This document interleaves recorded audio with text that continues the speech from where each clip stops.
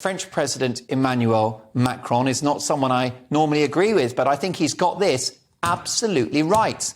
He's called out Joe Biden after the president went off script during a private event, warning a potential nuclear Armageddon would happen.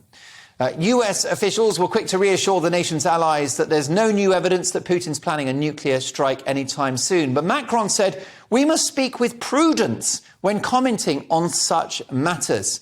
So is this kind of inflammatory language risking a hot war with Russia and, God forbid, World War III? Joining me now is the brilliant political commentator and best-selling author of America on Its Knees, which is now a book that everyone's talking about stateside, The Cost of Replacing Trump with Biden. It's Ed Brodow, and he joins me now. Hi, Ed. Hello, Mark. How are you? I'm very well. Congratulations on the book, which I know has set America alight, because half of America doesn't like the message, which is it was a mistake getting rid of Donald Trump. Totally. If Donald Trump were in the White House, we wouldn't have the mess we're in right now. Putin would never have invaded the Ukraine, and we wouldn't have a president making a lot of stupid comments the way Biden does. Let's take a look at the former president talking in very judicious terms about how we must navigate our relationship with Russia. Very temperate language, which I wish we got from Joe Biden. Take a look at Donald Trump in 2018. But it would be much easier for me to be so tough. The tougher I am on Russia, the better. But you know what? I want to do the right thing for the American people. And to be honest, secondarily, I want to do the right thing for the world. If Russia and the United States actually got together and got along, and don't forget, we're a very powerful nuclear country, and so are they. There's no upside. We're a very powerful nuclear country, and so are they. I've been briefed, and I can tell you one thing about a briefing that we're allowed to say because anybody that ever read the most basic book can say it. Nuclear holocaust would be like no other. They're a very powerful nuclear country, and so are we. If we have a good relationship with Russia, believe me, that's a good thing. That is circumspect language from the former president, but we've had the current president talking about a possible nuclear war, talking up a hot war with Russia, Ed. And of course, a year ago, well, it wasn't a year ago, it was just under a year ago, he let slip that he'd like regime change in Moscow, which was quickly refuted by the White House. This guy's a liability. Totally. His handlers should get him to keep his mouth shut. But in his defense, well, not in his defense, let me just say that Putin started this whole business with nuclear war. He brought it up. Biden is responding to it, but he's responding to it in a very irresponsible way, which is the way he always does things. And the big thing that Biden did that I really object to is when he got us out of Afghanistan. He did it in such an irresponsible way that he sent a message to Putin that the U.S. has no backbone.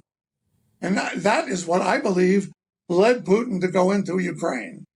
If Biden hadn't pulled us out of Afghanistan and given away all those weapons, we wouldn't have this mess right now in Ukraine.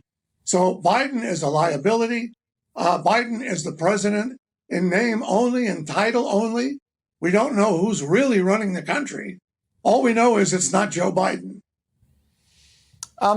How likely is a hot war with Russia, do you think? Is there an appetite among the American people? Is that the direction of travel now? No, absolutely not. There's no appetite for it anywhere except you have these two leaders of these major countries who are off. Putin is one step away from being a madman, and Biden is a madman. So that's really scary. I was watching a movie last night where there's Russia and the U.S. are about to have a nuclear war, and the president of the United States is there with his advisors. They're trying to decide, should they launch missiles? And I thought to myself right away, what if this really happened and Biden had to make that decision? We'd be lost. He's totally incapable of carrying out the function of the president. And frankly, that scares me more than nuclear war. Briefly, Ed, are your concerns around Biden just the things he thinks, his politics, or is it his cognition? What's a bigger concern, how well he is or how wrong he is? My concern is for both. I'm concerned with the fact that his cognition is out the window.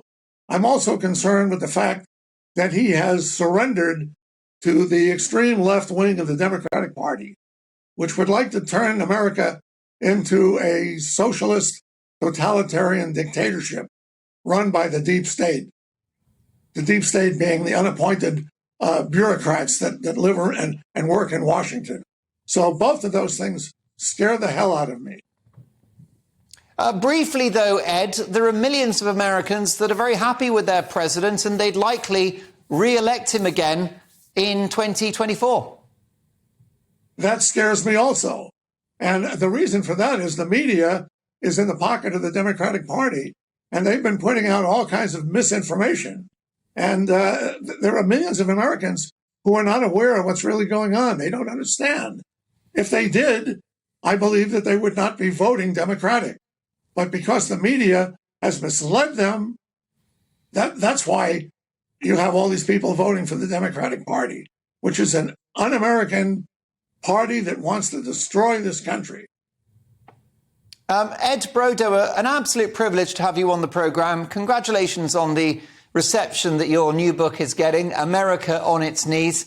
It's out now, and I'm sure Ed will catch up in the near future to discuss all things US politics. Why do we discuss it? Because it affects us as well. Because if we don't have a strong president in the White House, the free world is not safe.